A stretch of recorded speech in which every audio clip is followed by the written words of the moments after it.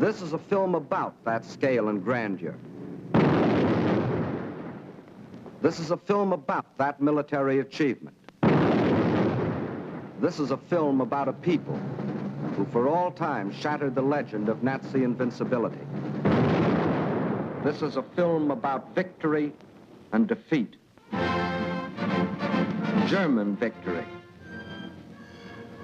and German defeat. This is the battle for Russia, a battle that has been going on for centuries, a battle that fills the pages of Russian history. 1242. The German Order of Teutonic Knights had invaded northeastern Russia and occupied the old city of Pskov.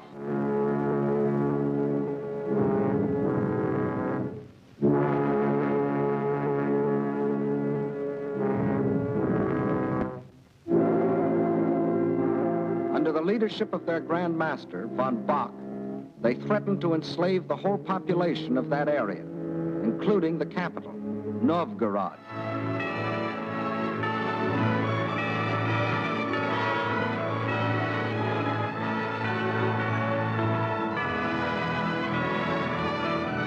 In their hour of peril, the Russian people turned for leadership to their prince, Alexander Nevsky.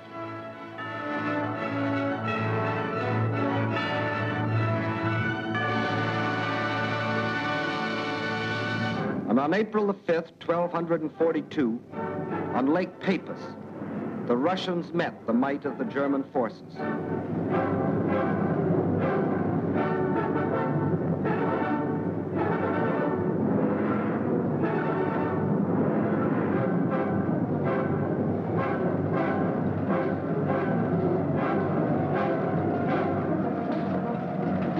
They weren't as well equipped or as well organized.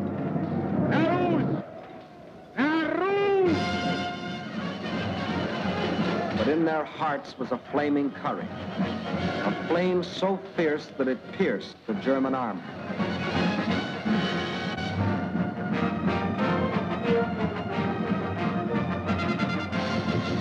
The victory they won fills a bright page of Russian history. 1704, and another conquering army marched across Russian land. This time under Charles XII of Sweden, and again the Russians fought for their country.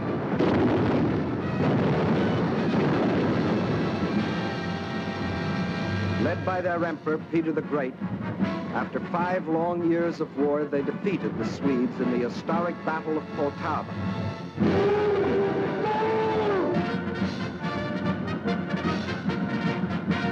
The invading Swedish armies were crushed and forever driven out of Russia. 1812.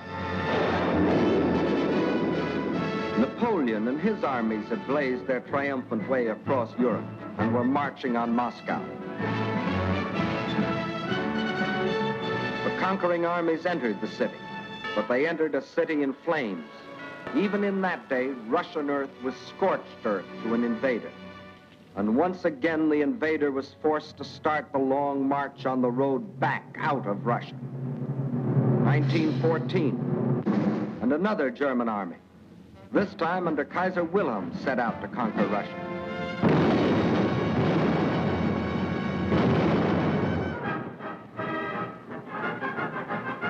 This time, the Russian people, under the regime of the Tsar, were not only fighting German guns, but oppression and corruption in their own country. And only the ultimate collapse of Imperial Germany saved Russia from losing the Ukraine and the Crimea, which the Germans had occupied in 1918. Yes, for 700 years, the Russian people have had to fight to defend their land against would-be conquerors. Why? Why have all these attempts been made to conquer Russia?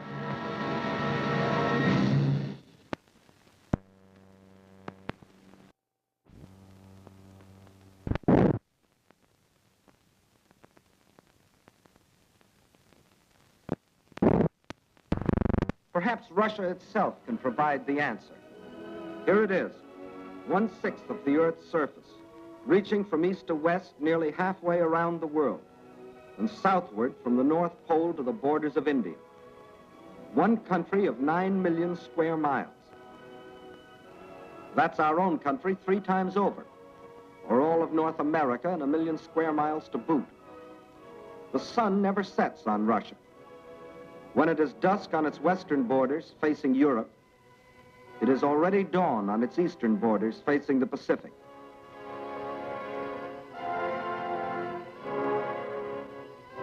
That's Russia, or to be correct, the Union of Soviet Socialist Republics. Deep in its mountains lie thick, rich veins of gold and silver. Below ground lie enormous deposits of copper, tin, manganese and nickel, chromium and radium, sulfur and magnesium. Russia is rich in raw materials. Her forests cover millions upon millions of acres. 1/4 of all the lumber reserve in the world belongs to Russia. And as for fuel, there's coal, ton upon ton. And more important, there's also oil. 213 million barrels a year of it. Black gold flowing from the earth that contains 55% of the world's oil. What else? Iron? Russia has better than 10 billion tons. That can make a lot of steel before it's done. Yes, Russia is rich. Her farms cover millions upon millions of acres.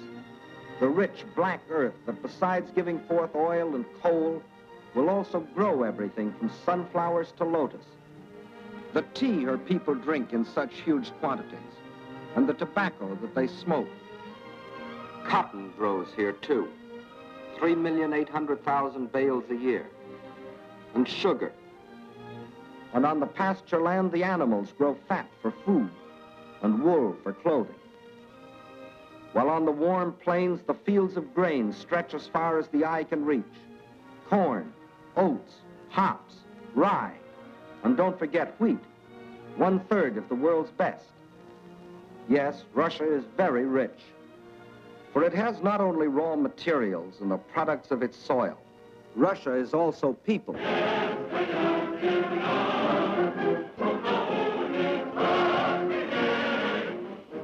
193 million people.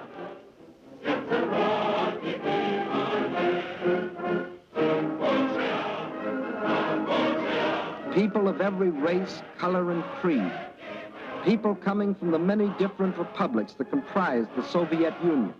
People speaking more than 100 different languages, but all citizens of one country.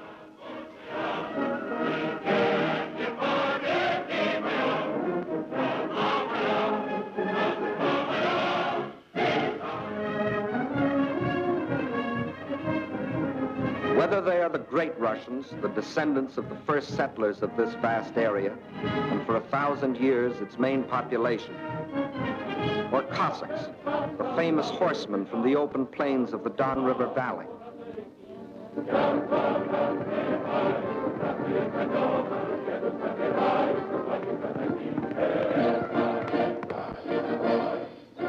Whether they come from the Southwest, the Ukraine,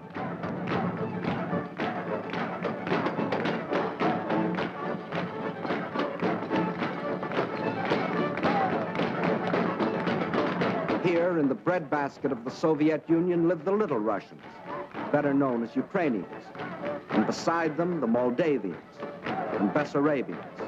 Or if they come from the far south, between the Caspian and Black Seas,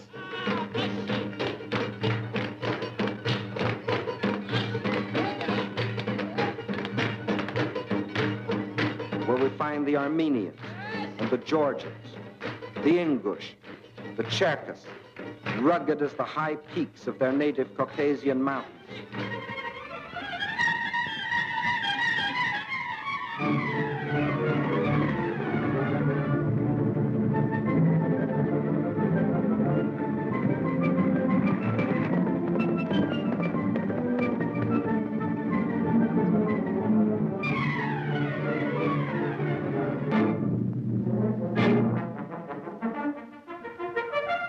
Whether they are Uzbeks, Turkmen, Kyrgyz, from the Persian and Indian frontiers, or Mongols,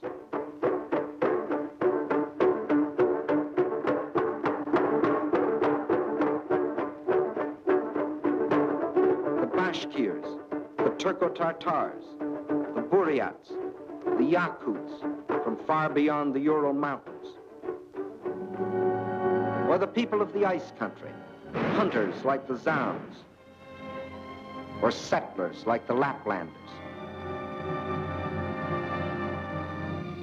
Whether they come from the pioneering wilderness of the far north, or from a great city like their capital, Moscow, where the ancient buildings of an ancient civilization stand beside the modern structures of a modern civilization, where the old Russian droshka still competes with the modern limousine.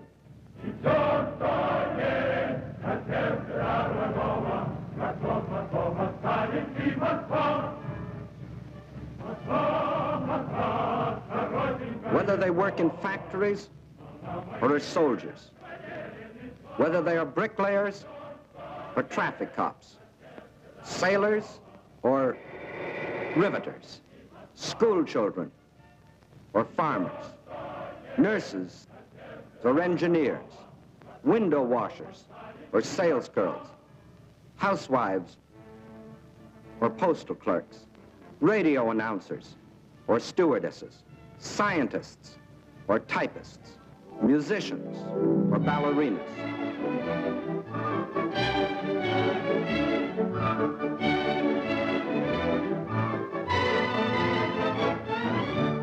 Regardless of what they do or where they live, they all have one thing in common: love of their soil.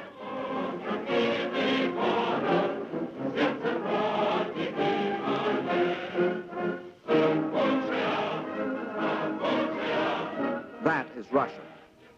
Size, the largest country in the world. Raw materials, unlimited.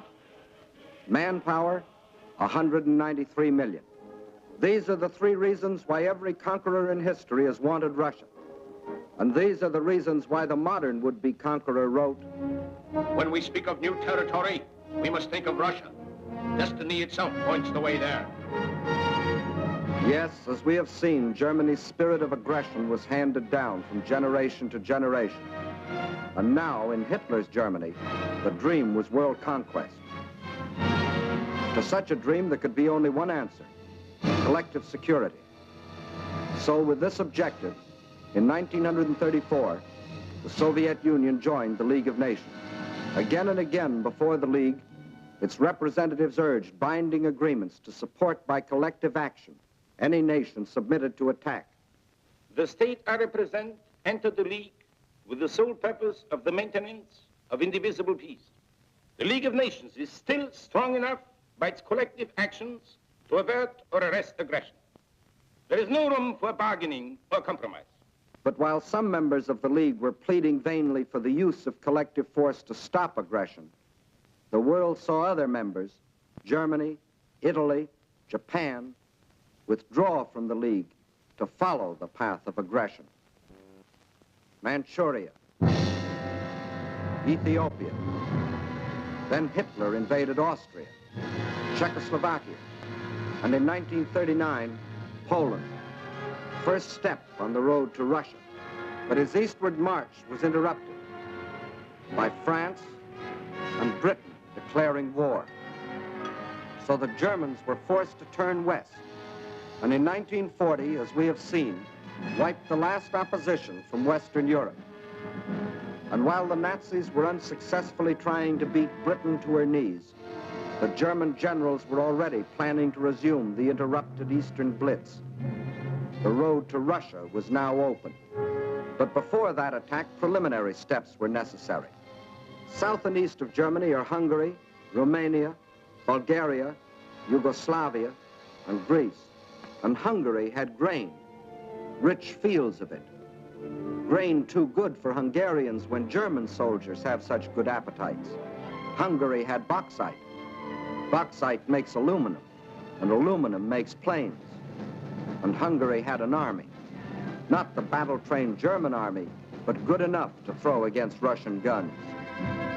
Romania had not only grain, but oil, and Hitler needed every last drop to power his war machine. Romania also had men, more slave labor, more cannon fodder for the attack on Russia. And most important, Romania and Hungary both had Russian frontiers, and Hitler wanted those frontiers in the hands of German generals. Bulgaria didn't have a Russian frontier, but it did have bases.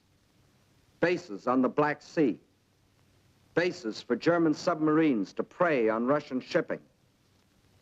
By the spring of 1941, the reactionary governments of Hungary, under the dictatorship of Admiral Horthy, of Romania, governed by young King Michael, who was only a tool in the hands of Hitler's puppet, General Antonescu, and of Bulgaria, ruled by King Boris, always a disciple of German imperialism. All had sold their countries out to Hitler. Now, threatened by a revolt of their peoples, they were only too glad to be protected by Hitler's armies. So by March of 1941, German armies were in occupation of Hungary, Romania, Bulgaria. That still left Yugoslavia and Greece. So long as they remained unoccupied territory, they remained the route for a possible Allied counter-invasion. At one of their regular meetings, Hitler had assigned the job of conquering Greece to his stooge, Mussolini. The stooge was delighted.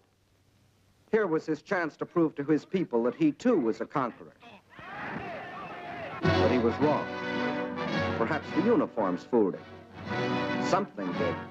For after the fascist legions had blitzed on one cylinder this far into Greece, the Greeks, in a brilliantly conducted mountain campaign, drove the Italians back and invaded Albania.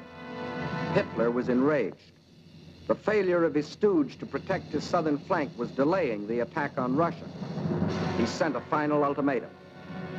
For the Yugoslavs and Greeks, it was surrender or else. But the Yugoslavs and Greeks come from a long line of fighting men.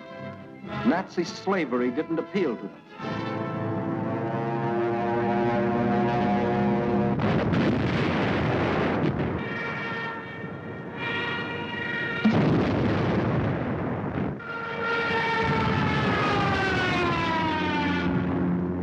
At dawn, on April 6th, German bombs told the Yugoslavians they were at war with Germany.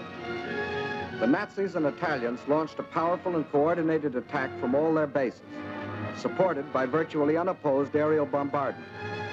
The conclusion was inevitable. Although resistance was determined, the Yugoslav army was cut up into many small segments and captured. The war in Greece also began on April 6th. There, in spite of fierce and valiant resistance by the Greeks and the British who had come to their aid, the Germans, overwhelmingly superior in both numbers and equipment, forced their way past the Vistritsa River, Mount Olympus, the famous passage.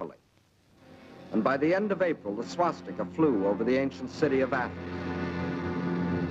The conquest of the Balkans was now complete. The whole force of Nazi might could now be turned loose on Russia. There was no time to waste, for time was Russia's weapon. Their industries, so recently built and which, like our own, were designed for the ways of peace, were converted for war. Instead of steel for plows and tools, steel for shells and guns. They knew their industry could never produce enough to adequately for the titanic struggle. But what they could produce, they would. At the same time, the army began to grow. More and more men were called up to be trained, hardened, drilled, prepared to defend their land.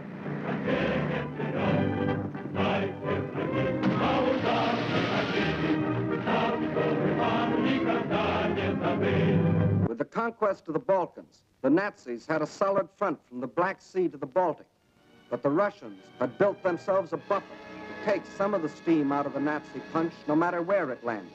But where would it land? When the blow came, it was from 5 different directions, and from the north, 1 extra, just for luck.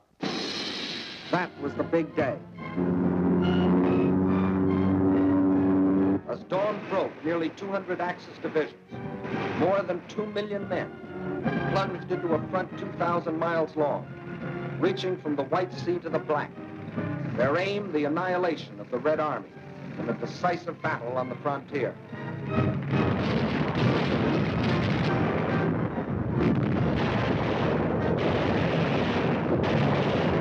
The offensive started along the whole length of the front, but was concentrated on 3 main objectives: Leningrad, Moscow, and Kiev, the capital of the Ukraine.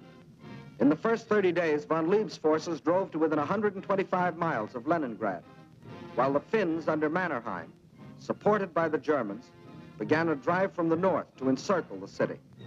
In the center, von Bock's army plunged 480 miles into Soviet territory. One Russian city after the other was overrun by the invaders.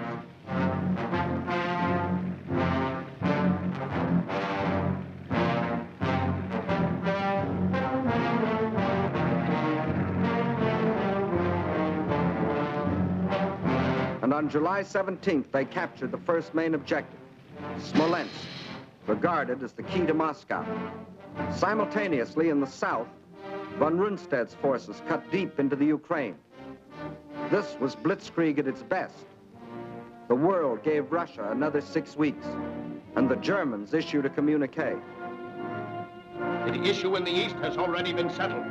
Smolensk is the last halt on the road to Moscow. But then a strange thing happened. For the first time since the mighty German army started its career of blitz, smashing into submission one European country after the other, that same German army came up against a country that did not submit. Despite the fact that Hitler's army swept deeper and deeper into the Soviet Union, and by October the 15th stood practically within the shadows of the Kremlin, despite the fact that the Soviet government and all foreign missions were forced to move to Kuibyshev, 700 miles to the east, despite Hitler's triumphant pronouncement, I can say that this enemy is already broken and will never rise again. Despite the fact that by December, 500,000 square miles of Russian territory, an area equal to the entire Middle Western United States, had fallen to the invaders. Yes, despite Russia's loss of her best agricultural areas, her most thoroughly developed industrial plants, millions of her people, thousands of her tanks and her planes, despite everything, those 6 weeks had lengthened into nearly 6 months, and the dread Nazi blitz had spluttered, stumbled, and finally died. What had happened here? Let's try to analyze it. First, in this titanic struggle, not only 2 armies, but 2 fighting methods and 2 strategies came face to face. The German strategy was based on the well-tried Keil and Kessel, or wedge and trap maneuver. One wedge would be driven deep into the enemy territory to hook up with another spearhead driven through to meet it. In the trap thus formed, the victim would be pocketed for annihilation. The German plan in every campaign was to seek a decisive battle at the moment of invasion. A single blow must destroy the enemy without regard for losses. A gigantic, all-destroying blow. Remember the campaigns you have already seen in these films. Poland, the Poles concentrated on their borders. The Blitz broke through. 18 days finished Poland. France, the Allied strength on the borders. The breakthrough at Sedan, and the issue of France was settled. The Balkans, the Yugoslavians rushed to the border. The breakthrough came, and in 12 days, Yugoslavia was gone. The Germans planned the same blitz against the Russians. But the Russians had developed their own strategy, one to take full advantage of the vast area of their land. The Russian strategy was a defense in depth, line after line, far back into the interior. And when the Nazi wedge struck, the first line would bend with it until it became part of the second.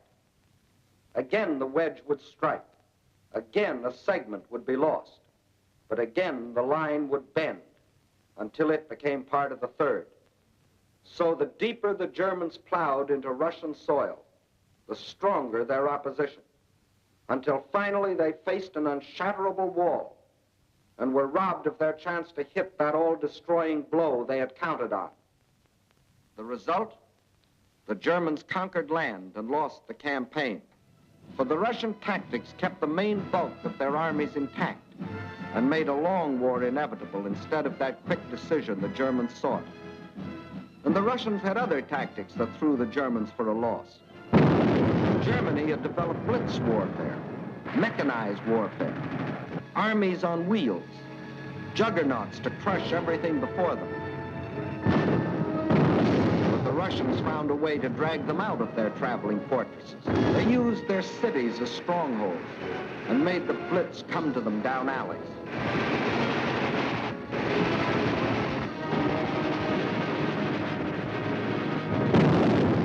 The more a city was bombed, the more impassable it became to the German panzers. They made the names of these Russian cities as familiar to us as the names of towns in the next county. Rostov, Kharkov, Kiev, Kursk, Smolensk. City after city standing in the path of the Nazi blitz. The Red Army had found a way to make their cities of great strategic importance. Odessa, scene of an heroic siege of more than 2 months, held up the whole Nazi thrust into the Crimea. Sevastopol, which resisted every attempt of the Germans to break through. Here, for 8.5 long months, the Russians fought for the town, inch by inch, barring the Germans from the great Black Sea naval base located there. And finally, when the Germans entered the town, each district was defended street by street. Each street house by house.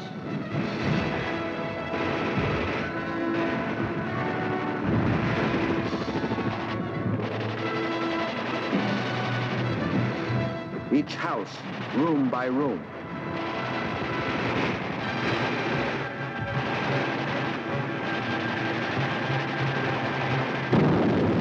The Russians knew their cities would be demolished, but their objective was not to save cities, but to destroy Germans. A high price to pay for a copy of Mein Kampf. So the Germans were forced out of their armored shells to fight and to die in the hand-to-hand combat they thought they had abolished. There was another item the Germans had overlooked. They overlooked people. And generals may win campaigns, but people win wars. And on that fatal June 22nd, when the Russian people first learned of the invasion of their country, their grim faces told of their determination to fight and to die, but never to surrender. They knew this wasn't a question of who occupied what piece of land. This was a question of life or death. This war is not an ordinary war. It is the war of the entire Russian people, not only to eliminate the danger hanging over our heads, but to aid all people groaning under the yoke of fascism. So the alarm was spread to factory and farm. And from every Russian town and village, men poured forth to answer the call. From now on, one thing mattered and one thing only: victory. Total war meant total mobilization. Not war just for soldiers, but war for everyone.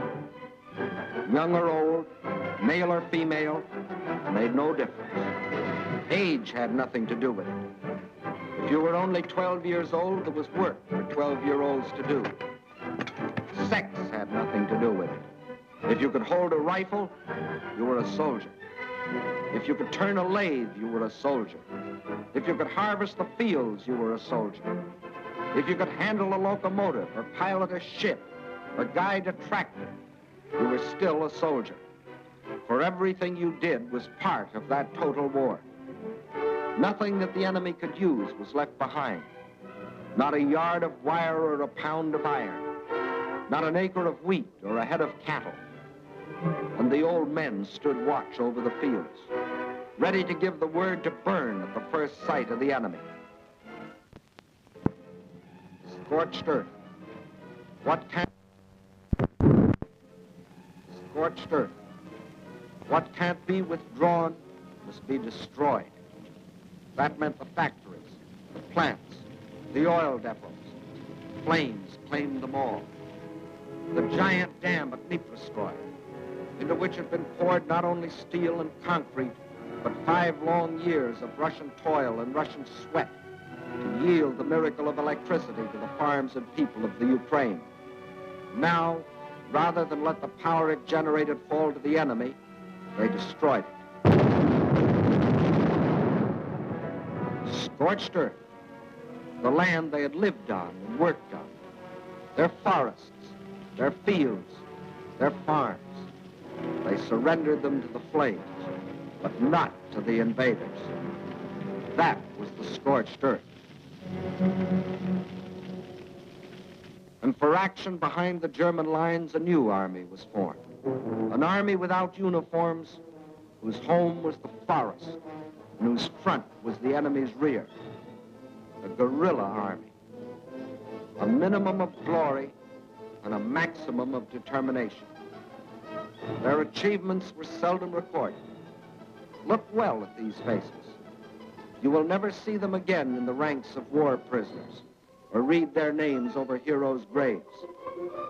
Ahead of them lay nothing but the rope and the halter, but they stayed behind and went on fighting. Their only goal was merciless destruction. Destruction of communication lines, supplies, the invaders themselves. Their weapons were dynamite and the terror of surprise.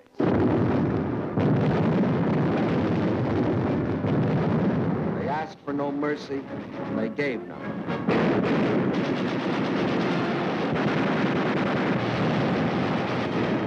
This is the guerrilla army. This, the scorched earth. This, the Red Army. These, its leaders. These are the reasons why, although the Germans conquered land, 500,000 square miles of it, it was just land, barren land, scorched land. These are the reasons why, after 5.5 months of blitz warfare, after coming within sight of their goal, the Germans were stopped at the very gates of Moscow. These are the reasons why, although Hitler had sworn that before December the swastika would fly from the Kremlin towers, December had come, but it wasn't the swastika that flew over the Russian capital. And it wasn't the Nazi conquerors who marched through the streets of the ancient city, but fresh reserves of the Red Army.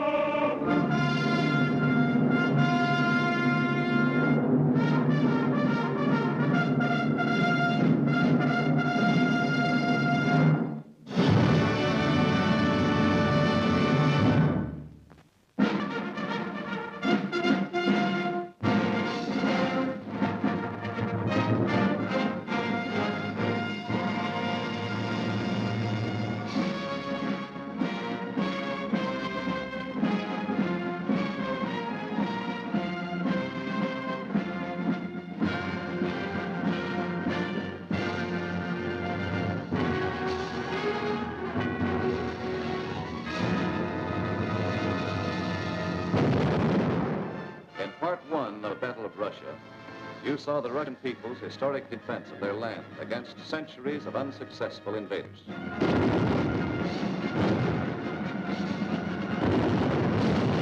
You also saw how after 5.5 months of Nazi blitz,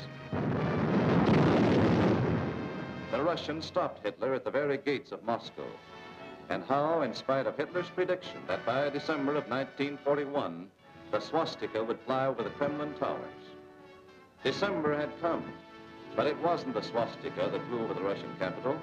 And it wasn't the Nazi conquerors who marched through the streets of the ancient city, but fresh reserves of the Red Army on their way to reinforce and relieve the front lines.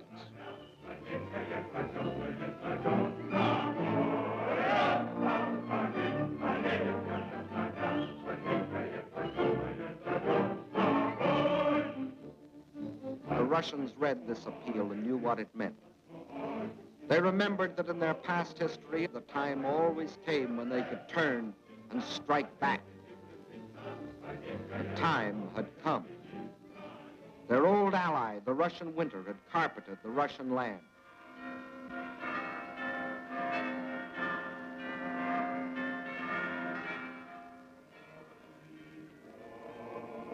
And while in the churches of Russia, men of God prayed for victory against the invader,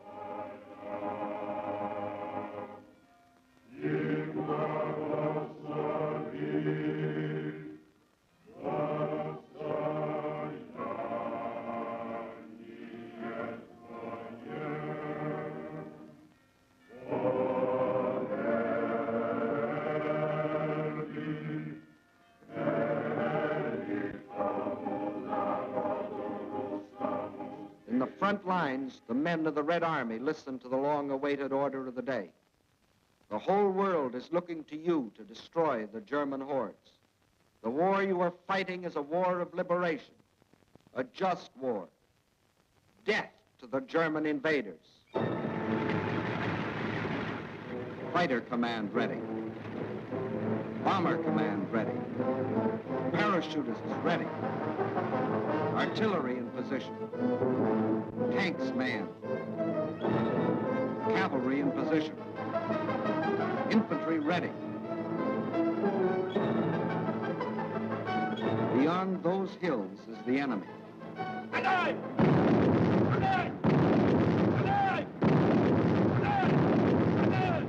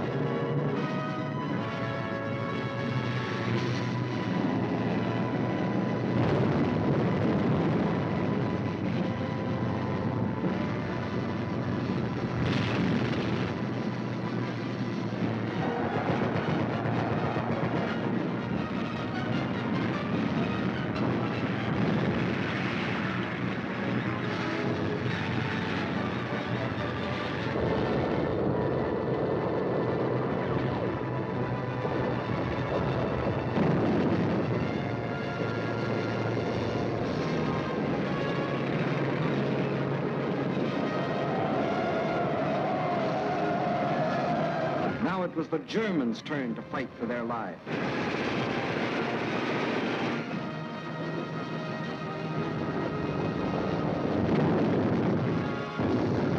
Now, for the first time, it was the German army that retreated.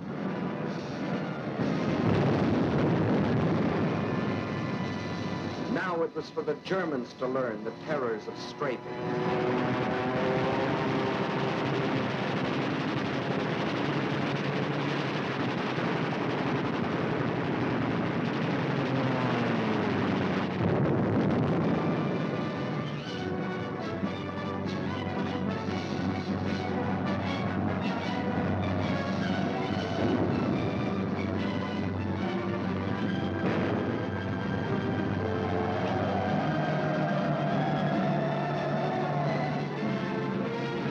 Village after village, town after town, on the Red Army swept through the country which for days and weeks had been under the invaders' yoke.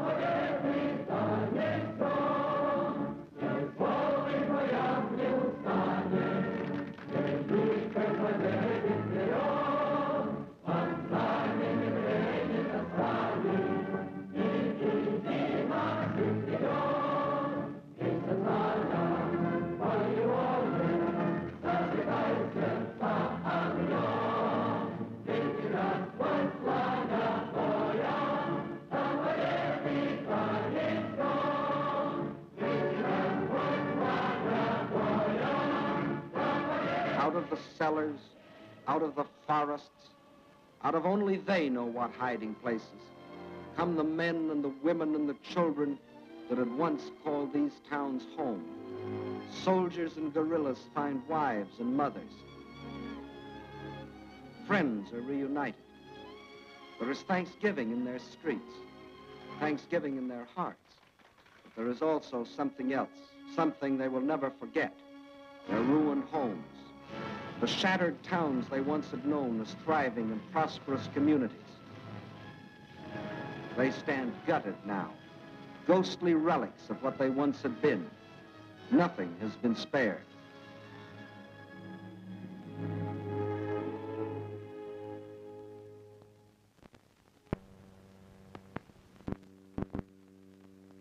It was a museum, the former home of Peter Tchaikovsky, a man who wrote music for Russia. Music that sought the heart of his own people. And because it found that heart, it found the hearts of people everywhere. His piano concerto.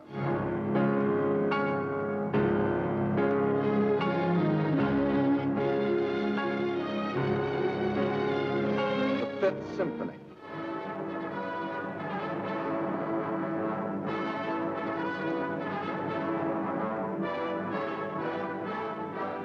The Sixth Symphony.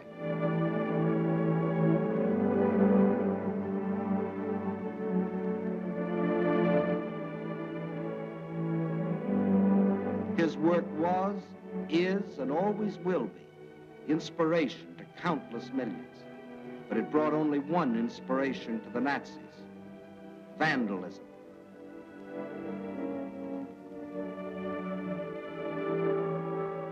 And this was the home of Leo Tolstoy, the author of the immortal novel, War and Peace. His home, too, was a museum, until the Germans came. And this is Tolstoy's grave.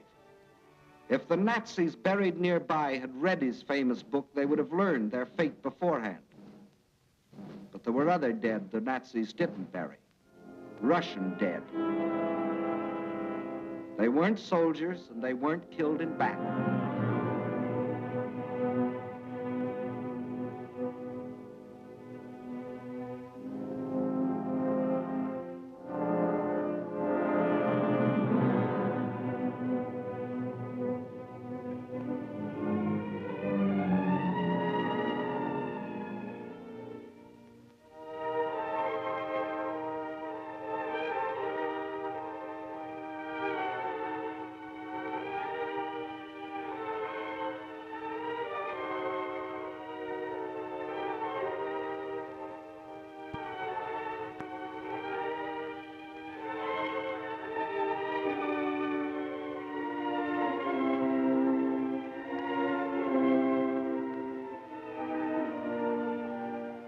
No, these aren't dolls. These are children. Mass murder by orders of the High Command. And there were other children, perhaps more fortunate, perhaps less. Young girls, but not young now. The attentions of the Nazi soldiers aged them very quickly. And whoever resisted the invaders met with this. These are the things the Russians can never forget.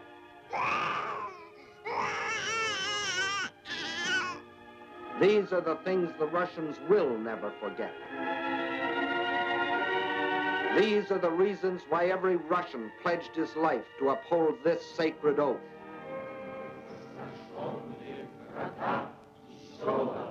За смерть детей и матерей наших. За смерть детей и матерей наших. За пытки и издевательства над моим народом. За пытки и издевательства над моим народом. Я клянусь мстить врагу. Я клянусь, что скорее умру в жестоком бою с врагами, чем отдам себя, свою семью и весь народ мой. Рабство командного фашизма. Кровь за кровь. Кровь за кровь. Смерть за смерть. Blood for blood. Death for death.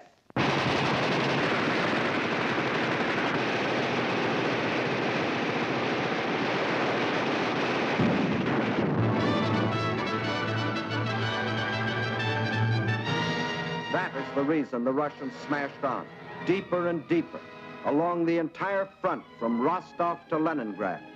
Nowhere could the tide of Russian pressure be stopped.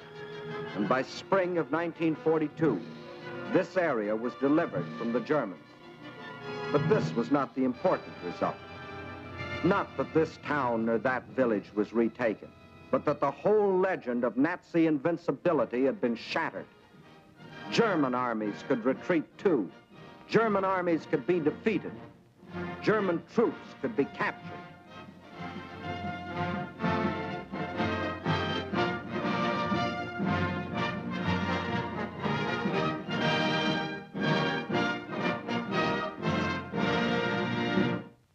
But besides this crushing offensive, there was another factor that shattered the legend of Nazi invincibility. That factor, which will live forever in the history of this war, was written by the people of this city. A city now called Leningrad after the leader of the Russian Revolution, Lenin, and which, before that, was called Petrograd, in honor of its founder, Peter the Great. A city which today, with the exception of Moscow, is the most important center in the Soviet Union, because some of Russia's largest industries are centered here, and also because it is Russia's principal port on the Baltic Sea and the base for its Baltic fleet. Here, as throughout the Soviet Union, on June 22nd, word came of the attack. But here, the city was only a few miles from German lines. And while the men of the Red Army and the Baltic fleet moved out to meet the enemy, behind them another army was formed. An army whose weapons were shovels instead of rifles. An army of men. An army of women. An army of children. Feverishly, they dug the trenches, threw up barricades, built defenses, prepared themselves for the worst. They knew that they too were in the front line. They weren't wrong.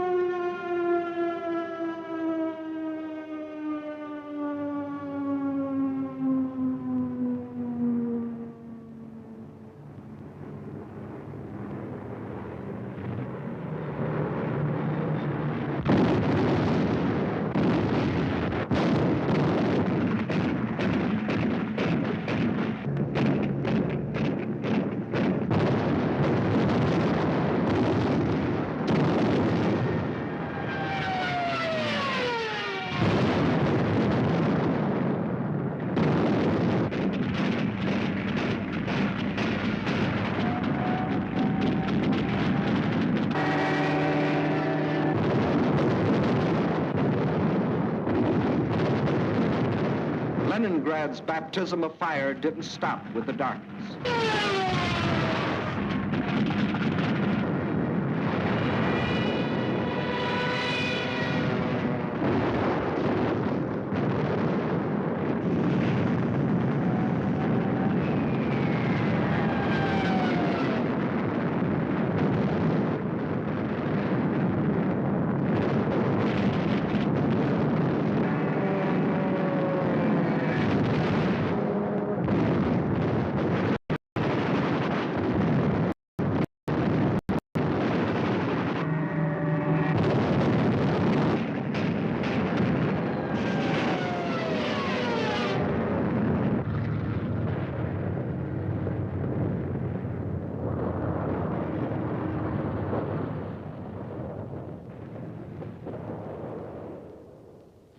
Finally, the morning comes, and the people of Leningrad dig themselves out from the ruins.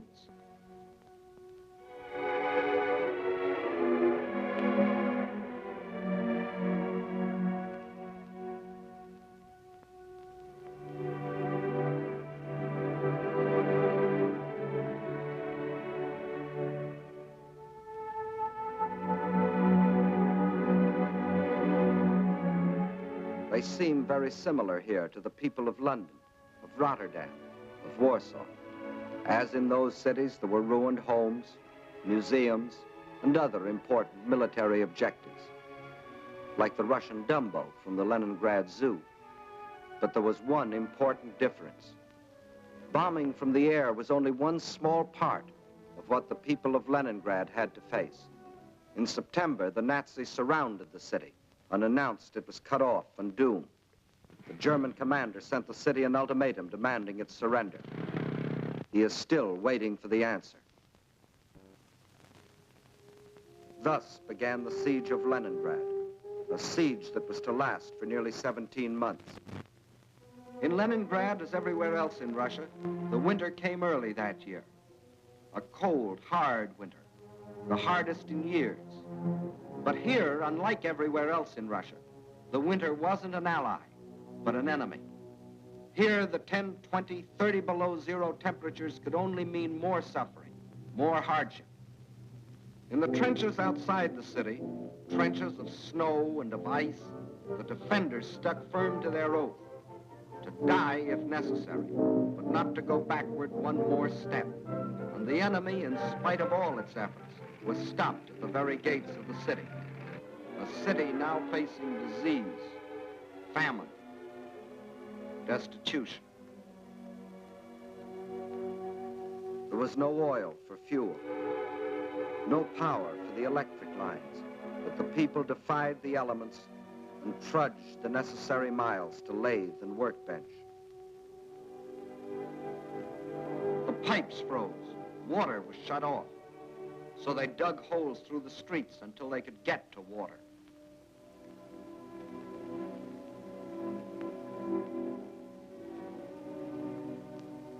There was no food, and the whole city went on starving. A factory worker got 8 ounces of bread a day. Everyone else, child and adult alike, only 4. And to keep the dread enemy of disease from stalking the streets of their city, an army of women worked with shovels, worked with picks in those streets every day, clearing away the rubble, the refuse, the sources of contamination. Bombs from the air couldn't force the defenders of Leningrad to surrender. Winter couldn't do it.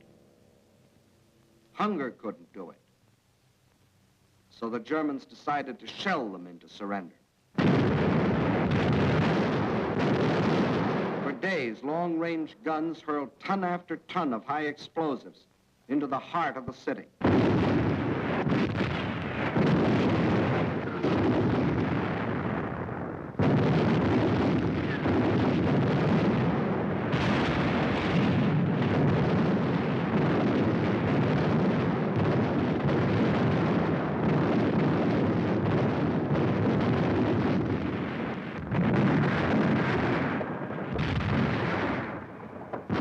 The more the people of Leningrad were shelled, the harder they worked.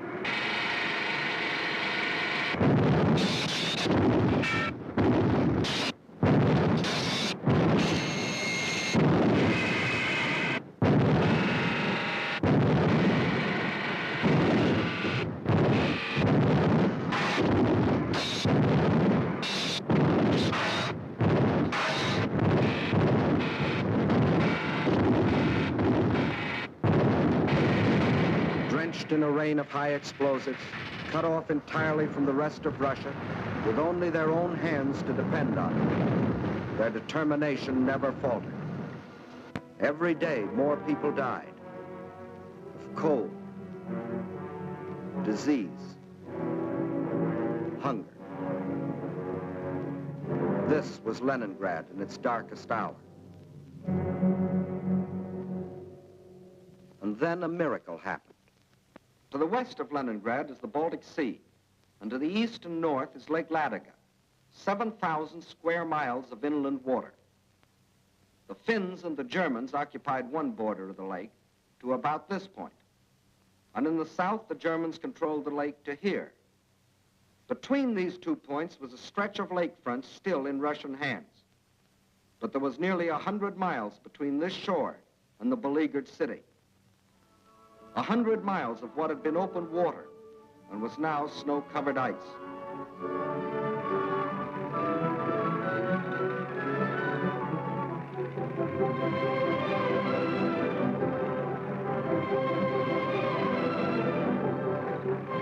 Across this frozen surface now went tractors, sledges, carving a road across the lake.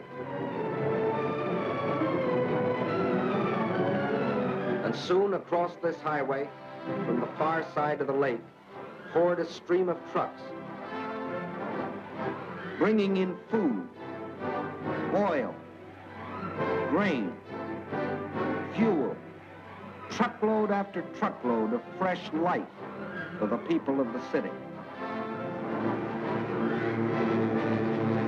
Too late, the Germans discovered that they had left one avenue of rescue open.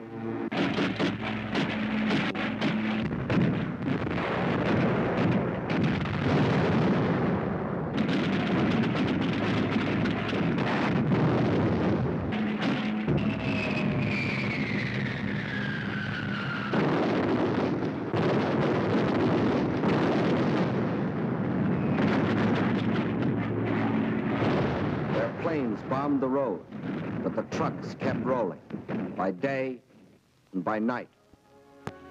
The lake highway remained open, and soon more than trucks would reach the city, for the Russians were now laying a track across the ice.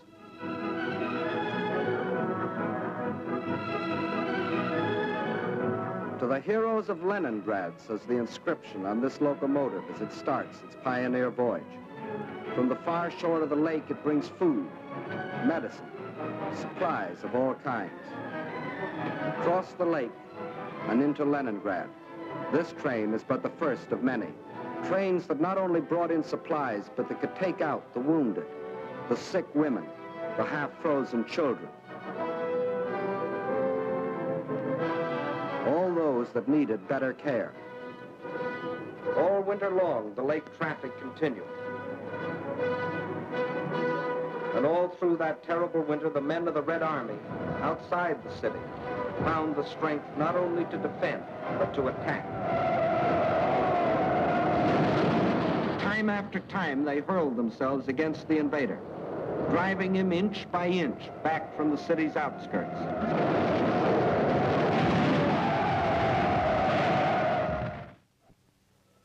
And then spring came. Spring.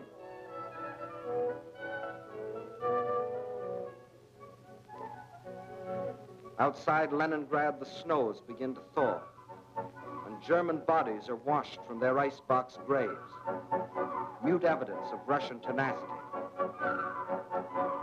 The warm breath of spring is felt, too, on the frozen surface of Lake Ladoga, but the trucks continue to roll, even though the ice is melting beneath them.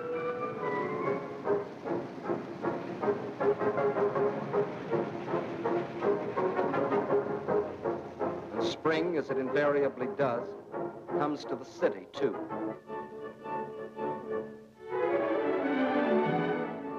But spring is more than a new season to the people of Leningrad. It's a new life. The city begins to breathe again. For the first time in months, the trolleys ran.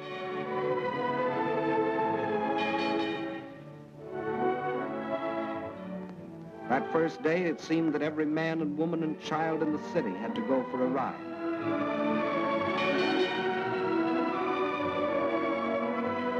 This was life again. Life for the Leningrad children that weren't killed by Nat's horrible winter. Life for the Russian WACs, the women of the Red Army. And for the Russian waves, the women of the Red Fleet. And for the sailors of the fleet themselves, the artists of the famous ballet theater have come to offer entertainment.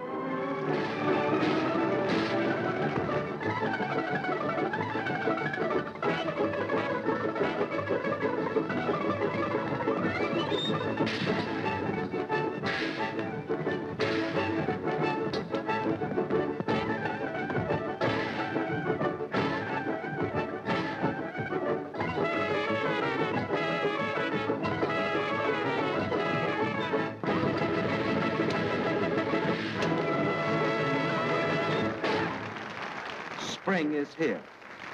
Summer is coming. And Leningrad is still free.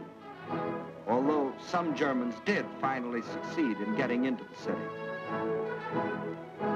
But under different circumstances than they had anticipated.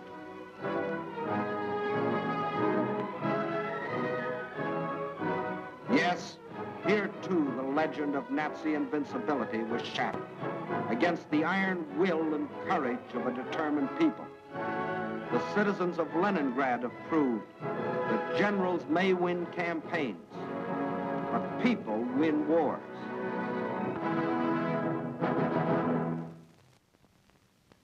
By summer of 1942, new posters were appearing in the streets of Moscow. Posters that greeted and welcomed their allies. Allies whose help was already arriving in Russian ports. Allies whose friendliness had sent drugs and food and warm clothing to help sustain them in their darkest hour.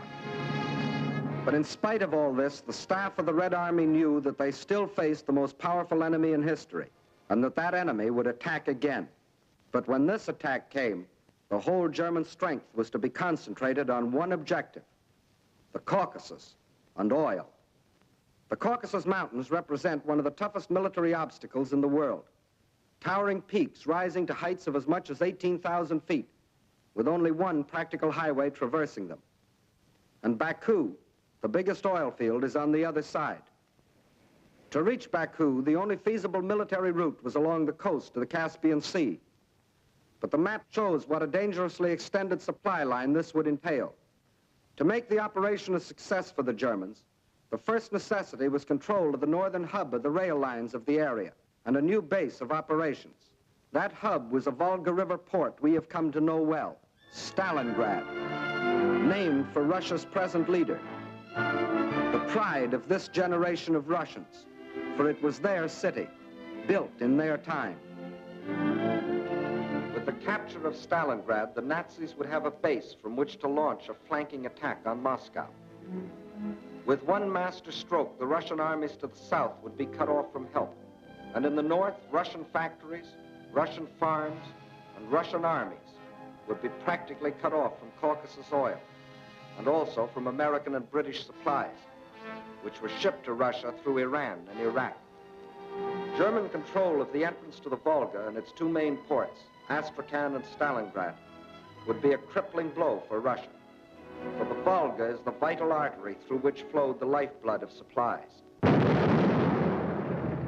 Early in May, the German offensive began along a front extending from Kursk to the Crimea. Within 2 weeks, the Nazi steamroller had overrun the Kerch Peninsula, although 2 months more were to elapse before embattled Sevastopol finally fell, giving the Nazis complete control of the Crimea and the southern route to the Caucasian oil fields. Next, they started to drive further north and drove through to the Don River in the area of Voronezh, then spread south and east until they occupied the whole area from the Don River south to Rostov.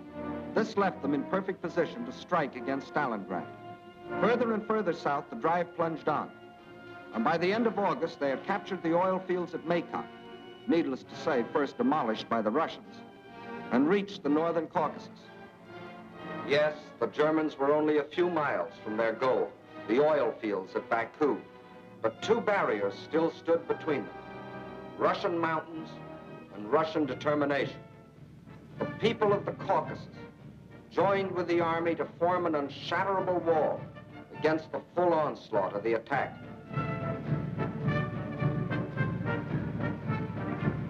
Further north, the Nazi pincers were within 15 miles of Stalingrad. This city had become the focal point of the whole campaign. Regardless of the cost, Stalingrad must be captured. Those were the German orders. Fire! Fire! German guns, German bombs shattered the city into pieces.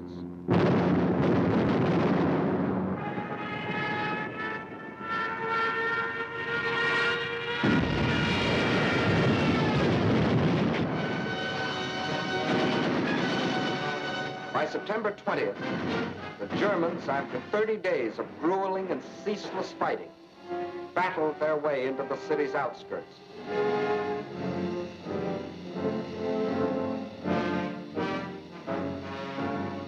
By the end of the month, their drive had carried them through the whole northwest section of the city and into occupation of part of the center, including the railroad station. On the last day of September, Hitler announced that the fall of the city was only a matter of a few days. Once more, the world was afraid a Russian campaign was lost. But once more, the Germans were to stand on the very threshold of victory and still fail. And now they were to meet a fire of fury such as they had never known.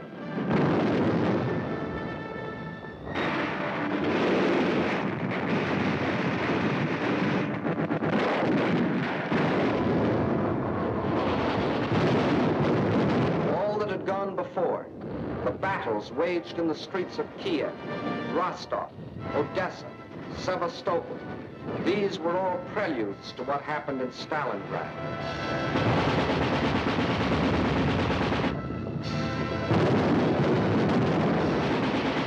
Every inch of the city was a strategic point to be defended as such.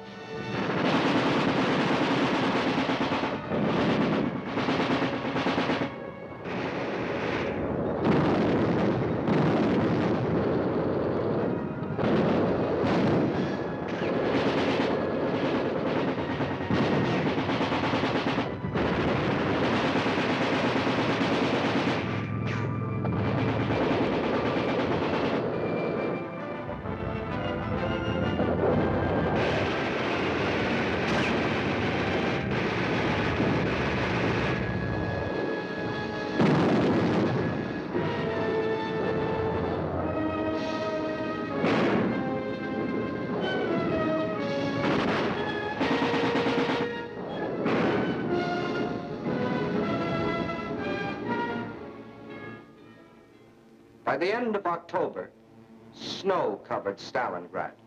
From the air, the Germans tried to force the surrender of the Russian-held part of the city.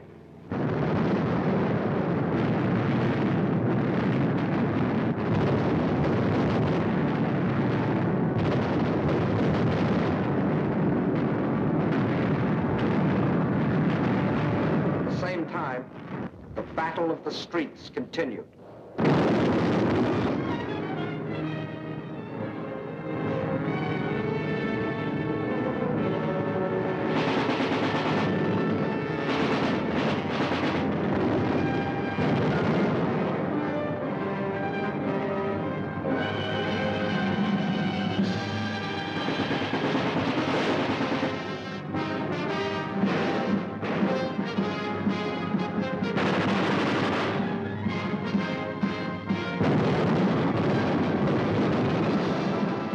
November dawned, the Russians were no longer defending their city inch by inch. Inch by inch, they were regaining it.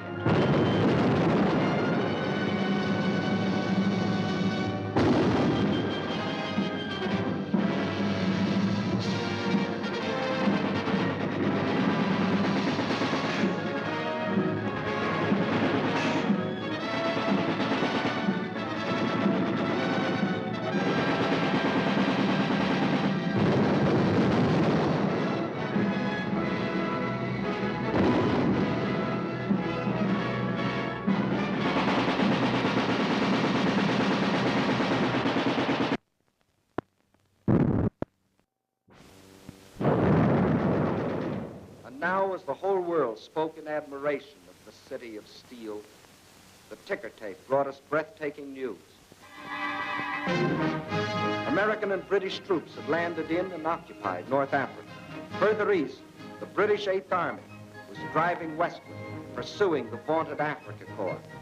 And in the northeast, the Red Army had launched its smashing counteroffensive. The Germans were learning the real meaning of the words combined operations. As though a spring had been released, Russians attacked along the entire front. In the far north, the Germans felt the first impact as the Russians recaptured Schlüsselburg, breaking the Axis ring around Leningrad. Soon after, another offensive lashed out further south, bypassing the Germans' defense position at Rzhev and plunging down to Veliki Luki. Still another Russian blow fell in the Voronezh area, pushing a threatening spearhead deep into the German lines. In the far south, the Germans were moving away from Grozny, instead of toward it, under the force of the Russian attack. At Stalingrad, the Germans were about to meet new opponents.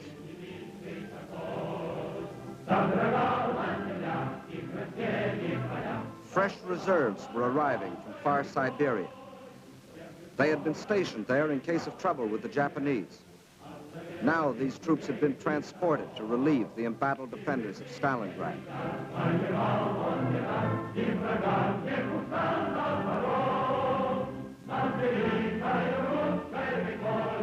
And as the reserves entered the city, at headquarters, the commanders of 3 Russian armies were meeting. The Germans had fought for Stalingrad as a prize. The Russians were determined to make it a trap. 2 simultaneous attacks were launched, one from the north, one from the south. The German armies encircling Stalingrad were now themselves threatened with encirclement. Finally, the 2 prongs met.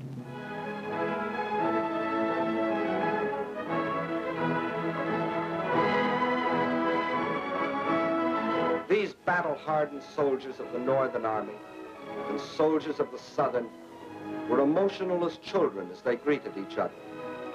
They knew this meeting meant the salvation of Stalingrad and of their country. And on this Christmas of 1942, the people of the Soviet Union can celebrate with happy hearts. They have received a most precious gift from the men of their army, the assurance of ultimate victory. Just as in our hometowns, it is the Children's Day in Moscow. It is a happier Christmas this year. Today, there are no German bombers overhead.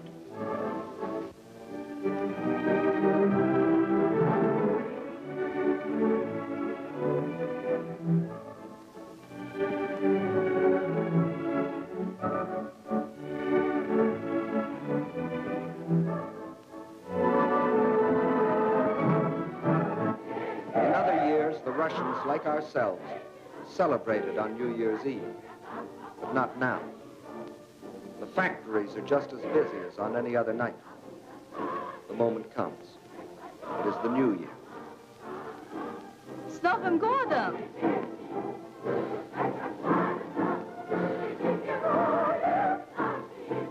And at the front, the greeting is the same, up to a point. С Новым годом, гвардейцы! Огонь!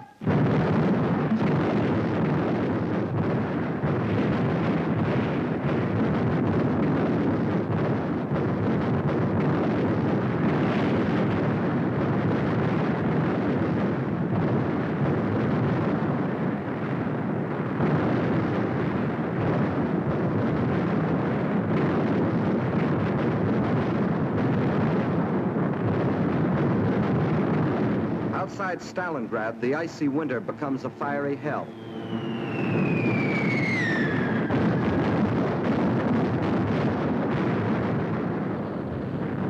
Here are concentrated the latest in Russian equipment. Flamethrowers, ice gliders, used here by shock troops to capture airfields in advance of the main army. Rocket guns, Katyusha, the Russians call them.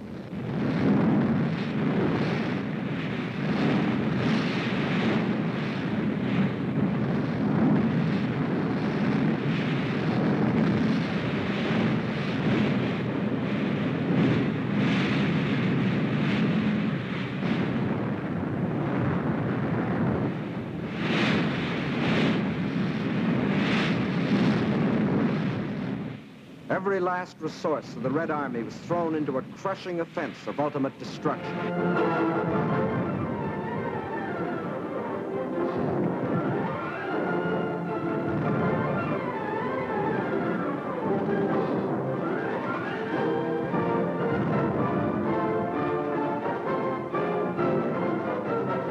This was Kyle and Kessel with a vengeance, but the Nazis were getting Kesseled instead of the Russians. And on February the 2nd, 1943, after 162 days of the heaviest fighting in the history of warfare, the last shot was fired. peace came to Stalingrad. In the shattered streets, the blasted ruins, the ghastly evidence of their ordeal, the defenders of the city greet the rescuing army of the dawn.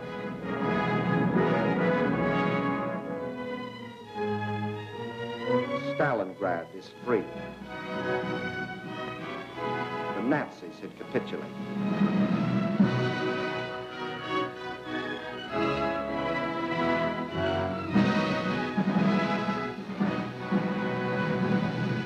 The German generals who had been ordered by Hitler to take Stalingrad regardless of the cost, and who had obediently promised that the city would be his, these generals, 24 of them, who had covered themselves with such glory and such medals on the fields of Poland and Norway and France, they now had only their past glory to comfort them. This is Field Marshal von Paulus, Commander-in-Chief of the German armies at Stalingrad. This is the man who told his soldiers that if they surrendered, he would see to it that their families died in reprisal.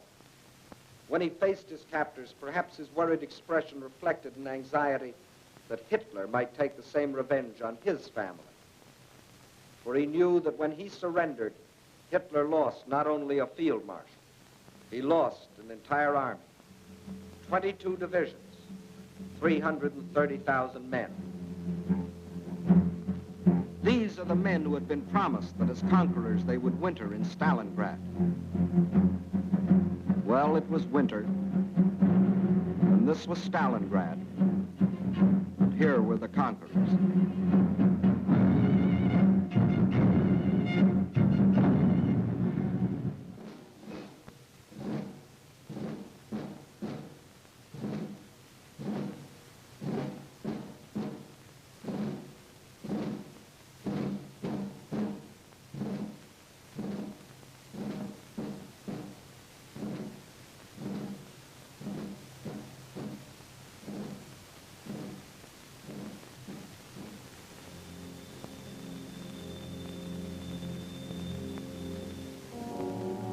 And when another spring broke over the Russian countryside, the results of the winter were clear.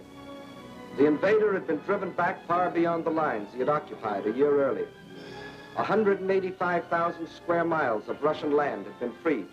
And in this winter campaign of 1942, the Axis powers had lost 5,090 planes, 9,190 tanks, 20,360 guns, 30,705 machine guns, more than 500,000 rifles, 17 million shells, 128 million cartridges, vast stores of other materials, and 1,193,525 men, of whom 800,000 were dead. That is the story to date of the German attempt to conquer Russia. In 1941, they tried for Moscow and failed. In 1942, they tried for the Caucasus and failed. In 1943, and for as many more years as necessary, they will not only be resisted wherever their failing power strikes, but they will be attacked, attacked, and attacked by these united people of these united nations.